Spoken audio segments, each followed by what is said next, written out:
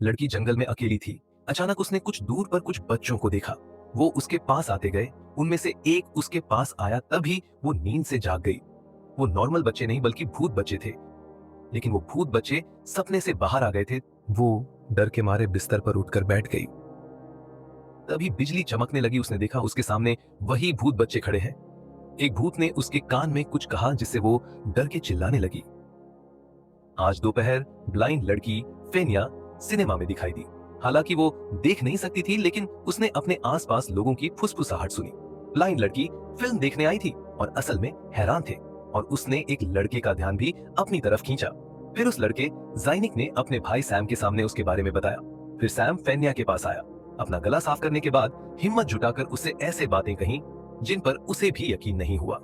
शर्मिंदगी दूर करने के लिए सैम को अपना ध्यान अपने भाई पर ट्रांसफर करना पड़ा, लेकिन उसे उम्मीद नहीं थी कि फेनिया ब्लाइंड होगी। फेनिया ने कहा कि वो बिल्कुल नहीं देख सकती। पर्याप्त रोशनी होने पर भी वो कुछ धुंधली परछाइयां देख सकती थी। सैम को फौरन टॉपिक मिल गया, क्योंकि उसका भाई बहरा है। इस टाइम रोशनी धीरे धीरे कम हो गई। आसपास के लोगों को परेशान न करने के लिए सैम ने कहा कि वो फिल्म के बाद उनसे बात करेगा। फिल्म खत्म होने के बाद वो लोग सिनेमा से बाहर निकले। ज़ाइनिक ने कहा कि उसे सपने में फेनिया दिखाई दी थी। अपनी बात को साबित करने के लिए उसने फेनिया की हथेली पर एक घेरा बनाया। जाने से पहले सैम ने अपना फोन नंबर छोड़ दिया। घर लौटते टाइम भाइयों ने सड़क के किनारे एक घर में बड़ी आग देखी। ज़ाइनिक लोगों को बचाने के लिए दौड़ना चाहता था, लेकिन इस टाइम सैम को अचानक घबराहट का दौरा पड़ा। आग बहुत बड़ी थी। दरवाजे का हैंडल जलकर राख हो गया था। ज़ाइनिक के पास पीछे हटने के अलावा कोई रास्ता नहीं था। अचानक भीड़ के शोर में बालकनी पर टोपी पहने एक लड़का दिखाई दिया। फिर लड़के ने अपनी उंगली से ज़ाइनिक की ओर इशारा किया। उसने कुछ ऐसा कहा जो सभी को समझ में नहीं आया। इतना कहकर वो सिर घुमाकर फर्श पर गिर पड़ा। उधर घर पर अपनी बेटी फेनिया के वापस आने का इंतजार कर रहे पीटर को अचानक बाहर शोर सुनाई दिया। वो फौरन टॉर्च लेकर बगीचे में आया। जैसा कि उसने सोचा, उसे जमीन पर मिट्टी का एक छोटा सा ढेर मिला। इस टाइम फेनिया घर लौट आई। पीटर ने सोचा कि ये एक निगल है, इसलिए उसने परवाह नहीं की। रात को फेनिया ने एक अजीब सपना देखा। उसने सपना देखा कि वो एक जंगल में दिखाई दी है। इस टाइम ज़ाइनिक अचानक उसके बगल में जाहिर हुआ और उसकी हथेली पर एक सर्कल बनाया। उसी टाइम एक अपंग धीरे धीरे उसकी ओर बढ़ा। अचानक बच्चों के भूतों का एक झुंड कुछ ही दूरी पर दिखाई दिया। भूत ने फेनिया का नाम पुकारा और तेजी से उसके पास पहुंचा। फेनिया डर गई और एक पूरे सपने से जाग उठी, लेकिन भूत की पुकार अभी भी उसके कानों में गूंज रही थी। वो फौरन बिस्तर से उठ बैठी। इस टाइम कमरे में रोशनी टिमटिमाने लगी। अचानक कई भूत एक धुंधली रेखा में दिखाई दिए। डर के मारे फेनिया चिल्लाने लगी। अगले दिन फेनिया ने अपने भाइयों को ढूंढा और उन्हें सपने के बारे में बताया। जब उसने बताया कि सपने में एक अपंग व्यक्ति था, तो ज़ाइनिक ने फौरन उसे पहचान लिया। तभी कुछ लोग जिम में आए। यहाँ हैंडीकैप्ड लोगों का बास्केटबॉल खेल चल रहा था। खेल के बाद व्हील चेयर पर बैठा एक लड्डा उनके पास आया। वो फेनिया के सपने वाला लड्डा है, और उसने एक नजर में फेनिया और ज़ाइनिक को भी पहचान लिया, क्योंकि वे सपने में एक दूसरे से मिले थे। अपंग लड़का रूबेन एक सीधा सादा व्यक्ति है। वो कुछ लोगों को घर ले गया और उन्हें वो जानकारी दिखाई जो उसने एकत्र की थी। हाल ही में कई बच्चों ने अपने माँ बाप का कत्ल कर दिया है। रूबेन के अंदाजे के मुताबिक लापता बच्चे वापस आ गए। हर कोई हैरान था और समझ नहीं पा रहा था कि वो किस बारे में बात कर रहा था। फिर रूबेन ने उन्हें बांसुरी वाले की कहानी सुनाई। सैकड़ों साल पहले हेमलिन टाउन भूस्खलन की चपेट में आ गया था। एक बांसुरी वाले ने बांसुरी बजाकर चूहों को नदी में खींच लिया और उन्हें डुबो दिया, लेकिन हेमलिन लोगों ने अपना वादा तोड़ दिया और वादा पूरा नहीं किया। कुछ टाइम बाद बांसुरी वाला फिर से शहर में लौट आया और बदला लेने के लिए उसने बांसुरी की धुन से अपने साथ 130 बच्चों को ले लिया और वो एक पहाड़ में गायब हो गए। माना जाता है कि सिर्फ अंधे, अपंग और बहरे लोग ही खतरे में हैं, और हो सकता है कि वही लोग बच गए हों, इसलिए उन्हें भी यही सपना आया। हालांकि सैम रूबेन की बातों को मान नहीं सका। रूबेन के घर से निकलने के बाद वो लोग हिस्ट्री रिसर्च इंस्टीट्यूट में आए। फेनिया की चाची यहाँ रिसर्चर है। जब सैम ने कल रात बिल्डिंग से कूदने वाले लड़के के शब्द कहे, तो फेनिया की चाची ने फौरन उन्हें बताया कि ये मध्य युग की भाषा है। इसका मतलब है कि वो तुम्हें भूली नहीं है, वो वापस आएंगे, वो तुम्हें ढूंढ लेंगे। उधर पीटर को फिर से बगीचे से आती हुई आवाज सुनाई दी। जब उसने बाहर देखने के लिए टॉर्च खोली, तो उसे एक भयानक चेहरा दिखाई दिया। वो शांत हो गया। जब उसने पीछे देखा, तो भूत गायब हो चुका था। उसी टाइम फेनिया अकेले ही घर जा रही थी। अचानक सड़क के दोनों ओर की लाइटें टिमटिमाने लगी। घबराकर फेनिया ने अपनी जेब से टॉर्च निकाली। अचानक उसके सामने रखी शराब की बोतलों के कुछ डिब्बे जमीन पर गिर गए और उसका रास्ता रोक दिया। फेनिया को एक आदमी धुंधला सा दिखाई दिया। आदमी ने उसे डरने के लिए नहीं कहा, लेकिन घबराहट में फेनिया अपने पैरों को बिल्कुल भी काबू नहीं कर सकी। वो पलटी और अचानक उसने शराब के बैरल पर लात मारी। जब वो शांत हुई और पीछे देखा तो वो आदमी गायब हो चुका था। रूबेन ने फेनिया और कुछ लोगों को अपने दोस्त रोमी को खोजने के लिए ले लिया, क्योंकि हाल ही में कुछ लोगों ने ऐसा ही सपना देखा था। उन्होंने सपने में भूत बच्चों का एक झुंड देखा। रूबेन का मानना था कि ये सैकड़ों साल पहले बांसुरी वाले की कहानी से कनेक्टेड था। और रोमी को हाल ही में मिशन में एक अजीब बात का भी सामना करना पड़ा। सैन्य हेलीकॉप्टर जब पहाड़ की चोटी पर उड़ रहा था तो अचानक बिजली चली गई, लेकिन तकनीशियनों को खराबी का कारण कभी पता नहीं चला। फिर सेना ने पहाड़ को स्कैन करने के लिए चुंबकीय कैमरों का इस्तेमाल किया। नतीजतन उन्हें कुछ ऐसा मिला जो उन्होंने पहले कभी नहीं देखा था। और पहाड़ पर ध्वनि तरंगों को इकट्ठा करने और उनका विश्लेषण करने के बाद सेना को एक अजीब ध्वनि का नमूना मिला। फिर रोमी ने ये रिकॉर्डिंग बजाई। जब चुंबकीय कानों की आवाज गूंजी तो जानिक और फेन्या के शरीर में फौरन एक अजीब प्रतिक्रिया हुई। क्योंकि जानिक बहरा है, इसलिए ध्वनि के प्रति उसकी प्रतिक्रिया इतनी संवेदनशील नहीं थी, लेकिन फेन्या ने ध्वनि सुनते ही सीधे खून बहा दिया।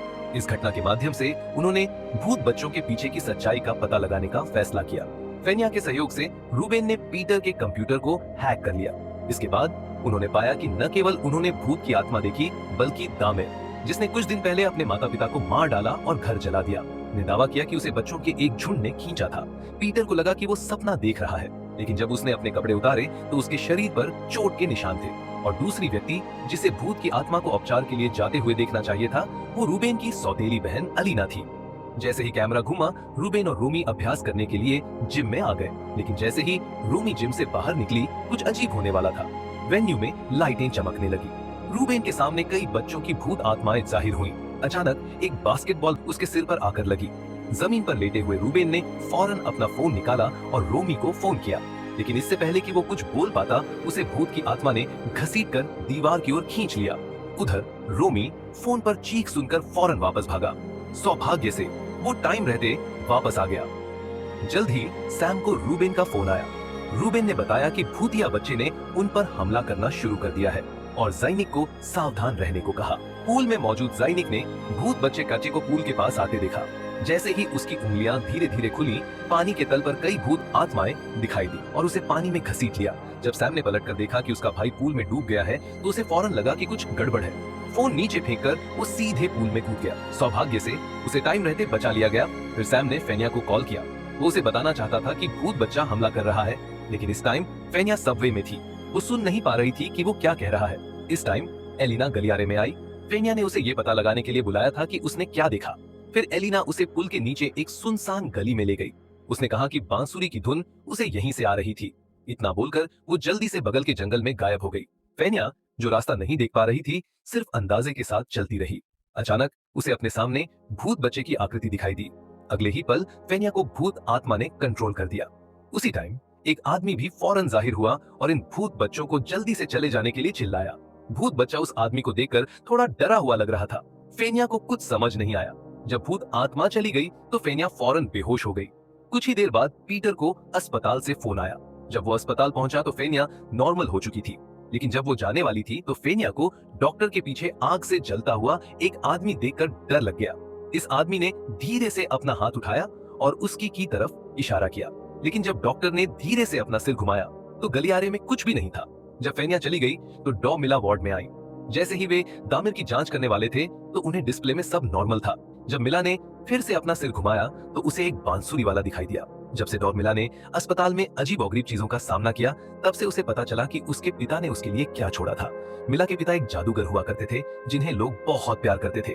उसने लोगों को बुरी आत्माओं से बचाने के लिए जादू टोना किया, लेकिन एक दिन एक चुड़ैल ने उसके शरीर पर कब्जा कर लिया और उसे अपना गला काटने पर मजबूर कर दिया। अब मिला को फिर से बुराई का एहसास होने लगा है। उसने अपनी बेटी मिला को एक ताबीज दिया और उसे उस अजीब पहाड़ से दूर रहने को कहा। दूसरी ओर रूबेन ने मिला द्वारा दिए गए ध्वनि नमूने से एक ध्वनि तरंग को अलग कर दिया। उनका मानना था कि ये ध्वनि भूत को दबा सकती है और भगा सकती है। जल्द ही रात हो गई। रोशनी चमकने के साथ ही भूत बच्चा भी फिर से दिखाई दिया। रूबेन ने अपना तैयार किया हुआ साउंड बॉक्स उठाया। जब भूत आत्मा पास आई तो उसने अपने सामने ध्वनि बॉक्स उठाया। जैसे कि उम्मीद थी, ध्वनि तरंग ने भूत बच्चे को डराकर भगा दिया। रूबेन भी अपने लिए एक गुप्त हथियार खोजने के लिए उत्साहित था। अगले दिन सैम के गोदाम में कुछ लोग इकट्ठा हुए। सैम के पिता ने एक बार एक इलेक्ट्रॉनिक उपकरण बनाया था। प्रेरणा जादुई हाथ की किंवदंती से मिली। समारोह के दौरान एक खराबी आ गई। उनके पिता को अचानक आघात लगा और उन्हें नर्सिंग होम में ले जाया गया। इसलिए कुछ लोगों को संदेह है कि इस डिवाइस में कोई अज्ञात रहस्य छिपा हो सकता है। जल्द ही डिवाइस की गति बढ़ गई और उसमें उतार चढ़ाव आने लगा। पलक झपकते ही सैम को छोड़कर वो अभी भी गोदाम में था। बाकी लोग बिना किसी निशान के गायब हो गए। जैसे ही तस्वीर बदली, कुछ लोग कुछ 100 साल पहले हेमलिन वापस चले गए। उन्होंने उस इतिहास को एक साथ देखा। जादुई हाथ ने शहर के चूहों को शहर से बाहर निकाल दिया, लेकिन शहर के अमीर व्यापारियों को लगा कि ये शैतान ही कर सकता है और जादुई हाथ शैतान का सहयोगी होना चाहिए। अगर आप उसे पैसे देते हैं तो ये शैतान के साथ अनुबंध पर हस्ताक्षर करने के बराबर है। इसलिए उन्होंने इसे मैजिक हैंड को शहर से बाहर निकालने के बहाने के रूप में इस्तेमाल किया। जब वे चले गए तो मैजिक हैंड ने शहर में सभी से बदला लेने की कसम खाई। इसके फौरन बाद मैजिक हैंड चुपके से शहर में वापस आ गया। उसने अपना अभिशाप वेस्ट लेक के नीचे दफना दिया और ये दृश्य संयोग से फेनिया ने देखा। इस टाइम रूबेन की आवाज अचानक सुनाई दी। चुंबकीय तरंग की शक्ति ने भी सभी को वापस ये आंख खींच लिया। पता चला कि रूबेन ने अभी 5 मिनट की उल्टी गिनती शुरू की थी, लेकिन सैम उसके तरीके से बहुत असंतुष्ट था। एक बार कोई समस्या आ जाती तो वे हमेशा के लिए गायब हो जाते। जैसे ही कैमरा घूमा, फेनिया और सैम संग्रहालय में आ गए। उन्हें वेस्ट लेक मिल गई। तालाब के तल पर फेनिया ने एक उभरे हुए हिस्से को छुआ। फिर सैम ने चाबी से एक गड्ढा खोदा। पत्थर का एक टुकड़ा उठाकर उसमें एक पुरानी भेड़ की खाल मिली। दूसरी तरफ मिला काम कर रही थी। अचानक दामिर चाकू लेकर दरवाजे से अंदर आया। उसने मिला पर हमला किया। मिला ने दीवार से आग बुझाने वाला यंत्र हटा लिया। उसने दामिर के सिर पर वार किया। जब वो जमीन पर गिर गई तो मिला ने अपनी जेब से ताबीज और पाउडर निकाला। अचानक दामिर बहुत ही अजीब स्थिति में जमीन से उठ खड़ा हुआ। मिला ने सीधे उस पर पाउडर छिड़का और उसने ताबीज लिया और एक मंत्र पढ़ा। उसके बाद दामिर ने अपना गला काट दिया और मौके पर ही मर गया। रात को फेनिया और सैम घर गए। उन्होंने भेड़ की खाल पर लिखी सामग्री को कंप्यूटर में डाला। अनुवाद के जरिए उन्हें खास सामग्री पता चल गई। ये एक राक्षस और एक राक्षस के बीच का अनुबंध है। मासूमों की आत्मा का इस्तेमाल जीवन के बदले में करो। अगले दिन पीटर बगीचे में आया। उसने देखा उसके तीनों गमले जमीन पर पड़े थे। अचानक उसे जमीन में कुछ महसूस हुआ। जब उसने उसे बाहर निकाला तो नीचे से एक सिर निकला, जिससे वो बुरी तरह से डर गया। लेकिन जब उसने दोबारा देखा तो वहां नहीं था। तभी फेनिया वहां आई। पीटर ने शांत होने का नाटक किया और वहां से चला गया। फेनिया को लगा कि कुछ गड़बड़ है, इसलिए वो बैठ गई और देखने लगी। तभी उसे मिट्टी में एक हार मिला। उधर रूबेन और उसकी दोस्त रोमी पहाड़ों में एक वीरान घर में आ गए। उसे यकीन था कि वो अंडर कवर होकर उन भूत बच्चों से अकेले ही निपट सकता है, इसलिए उसने रोमी से फोन का डिस्प्ले फंक्शन चालू करने को कहा। बचाव की तैयारी के बाद रोमी ने अपना फोन उठाया और साउंड बॉक्स के साथ जंगल में चली गई। जब रूबेन ने बोला कि उसे कुछ नहीं दिख रहा तो दोनों का नेटवर्क अचानक बंद हो गया। तभी कमरे में रोशनी चमकने लगी। उसी टाइम दरवाजे से एक तेज आवाज आई। रूबेन साउंड बॉक्स लेकर दरवाजे पर आया। नतीजतन उसने अपने सामने बांसुरी वाले और भूत बच्चों का एक झुंड देखा। बांसुरी वाले को देखते ही रूबेन ने फौरन अपना गुप्त हथियार निकाल लिया। साउंड बॉक्स में बांसुरी की आवाज सुनकर बांसुरी वाले ने भी बांसुरी बजाना शुरू करी। बांसुरी की आवाज के साथ ही रूबेन के साउंड बॉक्स में भी आग लग गई। साउंड बॉक्स की आवाज भी फौरन बंद हो गई। फिर उस घर में चीख सुनाई दी। दूसरी तरफ रोमी ने टॉर्च थामकर इधर उधर देखा। भूत को देखकर वो गिर गई, जिससे उसके सिर पर पत्थर लगा और वो बेहोश हो गई। मुझे नहीं पता कि उसे होश में आने में कितना टाइम लगा, लेकिन जब वो होश में आई तो अपने सामने भूत देखकर उसे साउंड बॉक्स चलाना चाहा, लेकिन उसकी आवाज का उन भूतों पर कोई असर नहीं हुआ। भूत को अपनी ओर आते देख उसने जल्दी से अपनी जेब से माँ का दिया हुआ ताबीज निकाला। उसके हाथ में ताबीज देखकर भूत फौरन रुक गया। रोमी ने भी इस मौके का फायदा उठाया और वहाँ तेजी से भाग निकली और सीधे अस्पताल पहुँच गई। जब उसकी माँ उसके जख्म का इलाज कर रही थी तो उसने पहाड़ों में हुई डरावनी कहानी भी सुनाई। इस टाइम रूबेन के दोस्त भी अस्पताल आ गए। अपनी बेटी की बातें सुनकर मिला भी उदास हो गई। जहाँ तक उसे पता है, जो कोई भी भूत को देखेगा वो बहुत खतरे में होगा। सैम ने शहर छोड़ने का सुझाव रखा, इससे वो बांसुरी वाले और भूत बच्चे से परेशान नहीं होंगे। लेकिन फेनिया ने कहा कि रूबेन लापता है, वो अपने दोस्त को मरने नहीं दे सकती या उसे अकेला नहीं छोड़ सकती। उसने सैम से कहा कि अगर उसे डर है तो वो फौरन निकल सकता है। रोमी ने भी कहा कि वो अंत तक रूबेन के लिए लड़ेगी। सैम का भाई जानिक भी फेनिया के साथ में खड़ा था। सभी की असहमति को देखते हुए सैम जल्दी से कमरे से बाहर भाग गया।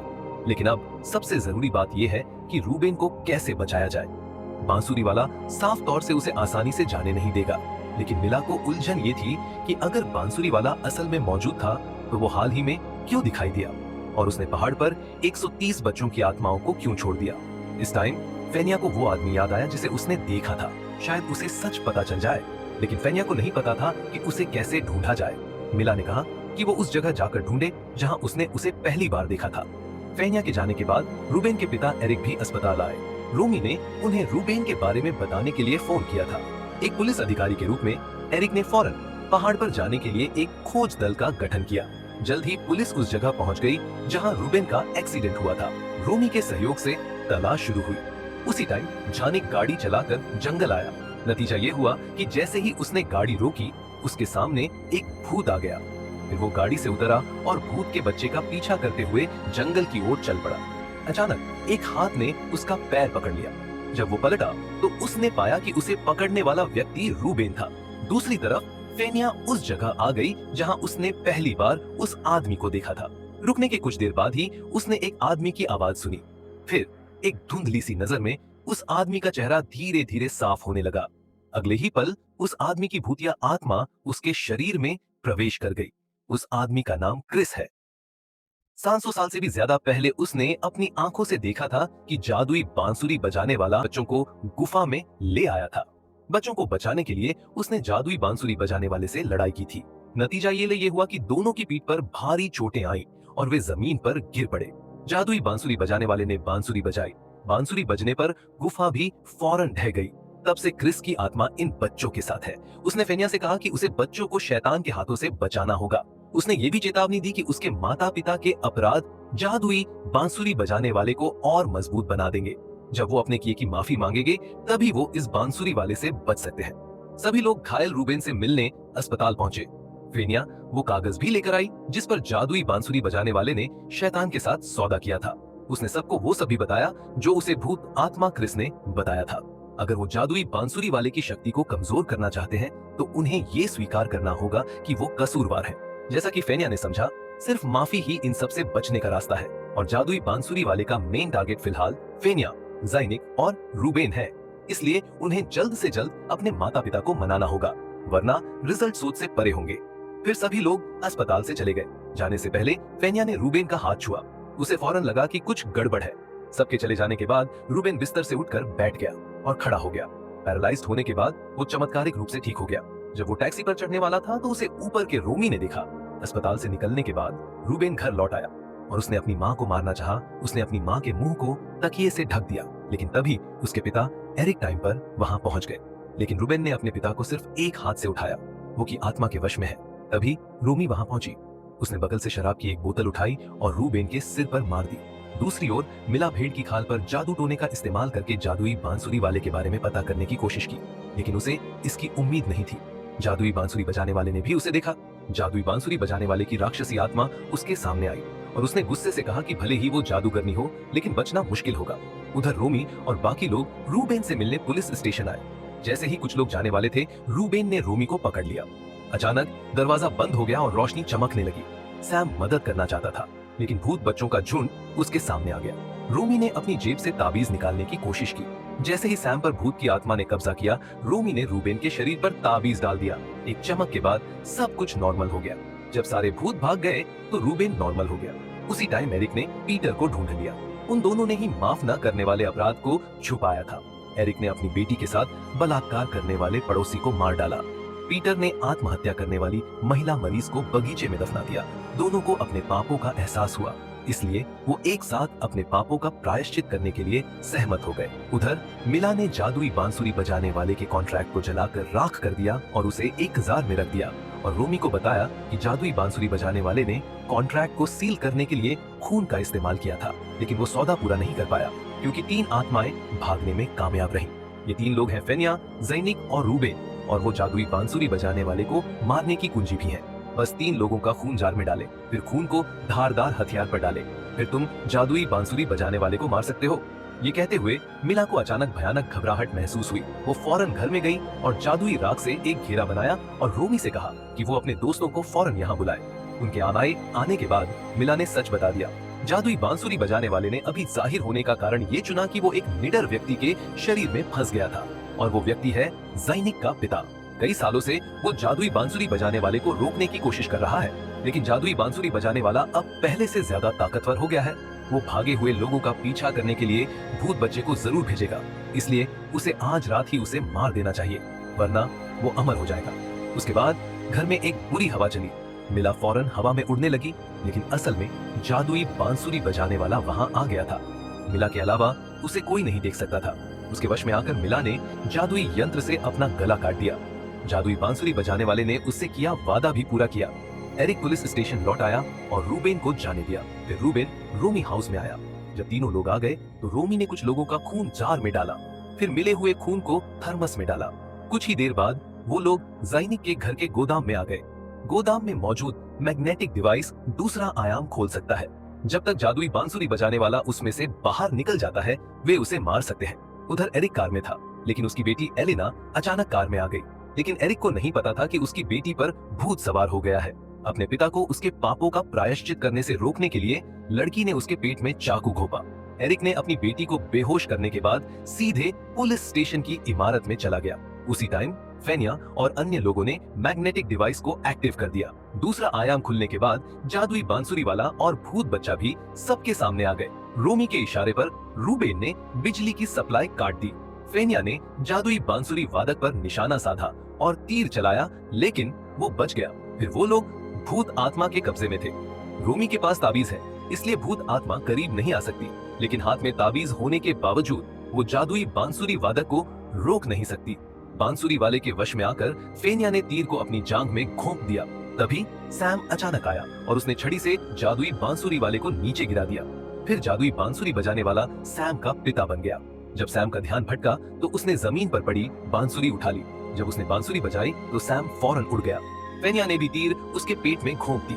दूसरी ओर एरिक मेज पर बैठा था। उसने अपने सामने रखे कबूलनामे पर अपना साइन कर दिया। जैसे ही उसने कलम नीचे रखा, जादुई बांसुरी वाले की जादुई शक्ति एक पल में गायब हो गई। फेनिया और बाकी सभी नॉर्मल हो गए। जादुई बांसुरी वाले ने इलेक्ट्रॉनिक डिवाइस से एनर्जी लेने के लिए स्विच खोला। अचानक क्रिस की भूत आत्मा वहां आई और सैम को वश में कर लिया।